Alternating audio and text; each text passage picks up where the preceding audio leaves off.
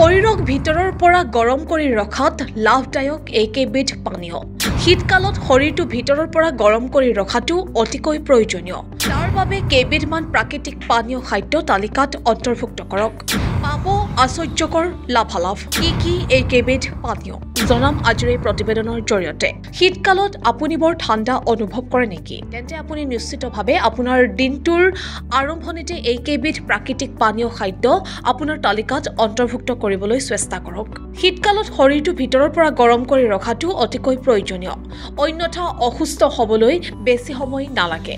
যদি আপুনি আপোনাৰ স্বাস্থ্যৰ অৱনতি ঘটাৰ পৰা ৰক্ষা কৰিব বিচাৰে তেন্তে আপুনিও আপোনাৰ খাদ্য তালিকাত কিছু পৰিৱৰ্তন কৰাটো খুবেই জৰুৰী।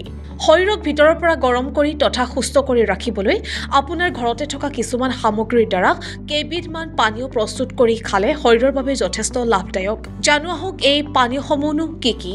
নেমু আৰু মৌৰ পানী। কুহুমীয়া পানীত নেমু আৰু মৌ মিলাই খালে আপোনাৰ স্বাস্থ্যৰ বাবে অতিকৈ উপকাৰী বুলি প্ৰমাণিত হ'ব পাৰে। শীতকালত নেমু মৌৰ পানী খাবলৈ চিকিৎসকেও পৰামৰ্শ আগবঢ়ায়। ঔষধি গুণেৰে ভৰপূৰ এই পানীয়ই আপোনাৰ আন্তৰিক স্বাস্থ্য আৰু ৰোগ প্ৰতিৰোধ ক্ষমতা বৃদ্ধি কৰাই নহয়, আপোনাৰ শৰীৰক ভিতৰৰ পৰা সুস্থ কৰি ৰখাত সহায় কৰে। দ্বিতীয়তে আদা আৰু হালধি। এই দুয়োবিধেই শীতকালত আপোনাৰ স্বাস্থ্যৰ বাবে অতি উপকাৰী। নিয়মিতভাৱে আদা আৰু হালধি দিয়া চাহ খালে শৰীৰ গৰম হৈ থাকে। কেৱল এয়াই নহয়, এই প্ৰাকৃতিক পানীয়ৰ সহায়ত আপুনি আপোনাৰ ৰোগ প্ৰতিৰোধ ক্ষমতাও বহু পৰিমাণে বৃদ্ধি কৰিব পাৰে। আৰু শেষত গুড় আৰু জিৰা পানী। শীতকালত শৰীৰটো ভিতৰৰ পৰা গৰম কৰি ৰাখিবলৈ গুড় আৰু জিৰা পানীত উতলাই চেকি খাব পাৰে।